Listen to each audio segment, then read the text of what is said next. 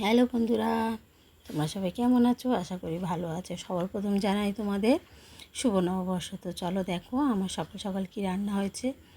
এটা ভাত, ডাল, পাবদা মাছের ঝাল হবে। এই দেখো মাছ আমি অলরেডি ভাজা করছি। এই যে মশলা সব কিন্তু রেডি করে রেখেছি। দেখো তোমরা পাশে যে টমেটো পিউরি করে রেখেছি এখানে। এই দেখো কড়াই এখনও মাছ ভাজা চলছে, এখনও দুটো মাছ বাকি রয়েছে। তো তোমরা দেখতে থাকো। আমি জানি সবাই জানো যে পাবদা মাছ কীভাবে রান্না করতে হয়, তাও আমি আমার মতো করে একটু শেয়ার করলাম আমার রান্নাটা। তো আর একটা কথা অবশ্যই বলবো, পাবদা মাছ কিন্তু ভীষণ ফাটে, তোমরা চাপা দিয়ে রান্না করবে। আমি কিন্তু চাপা দিয়েই রান্না করেছি। প্রচুর পরিমাণে মাছ ফাটছিল আজকে। তেলের মধ্যে হলুদ দিয়েছি, মাছ যখন হলুদ নুন মাখিয়েছি তখনও কিন্তু দিয়েছি, তবুও আমার মনে হয় মাছ কিন্তু খুব ফাটে পাবদা মাছ। তো দেখো এই কালো জিরা কড়াই দিয়ে দিলাম মাছগুলো ভাজা তুলে। তো দেওয়ার পর দেখো একটু নাড়িয়ে নিলাম। নাড়ানোর পর আমি যে টমেটোটা যে পেস্ট করে রেখেছি ওই টমেটোর পেস্টটা দিয়ে দেবো। দেখো এই টমেটো পেস্টটা দিয়ে দিলাম।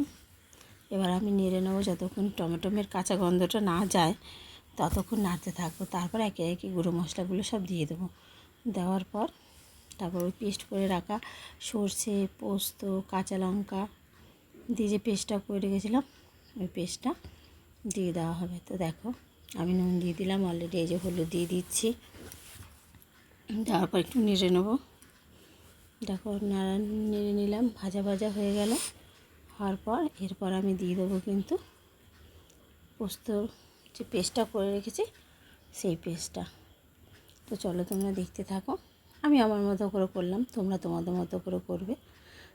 কিছু রান্না না, কিন্তু আমি তোমাদের সাথে সবই শেয়ার করি, তাই কিছু কিছু মাঝে মাঝে আমি রান্নাটা শেয়ার করি। আমার পক্ষে রোজ শেয়ার করাটা সম্ভব হয় না, কারণ আমার সকাল সকাল রান্না হয়ে যায়, আর এক হাতে ফোন ধরে এক হাতে রান্না সম্ভব হয় না। তাও মাঝে মাঝে চেষ্টা করি যে একটু চেষ্টা করার ভিডিও করে।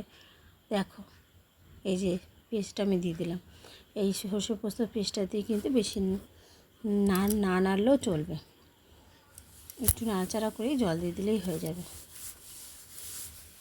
তো দেখো কালারটা কি সুন্দর এসছে না, লাল টকটক টকটক করছে।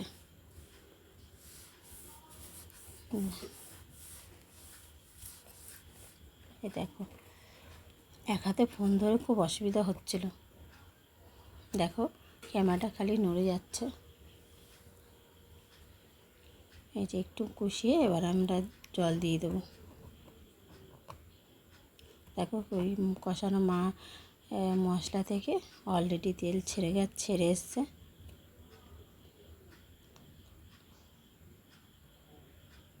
দেখতেই পাচ্ছ।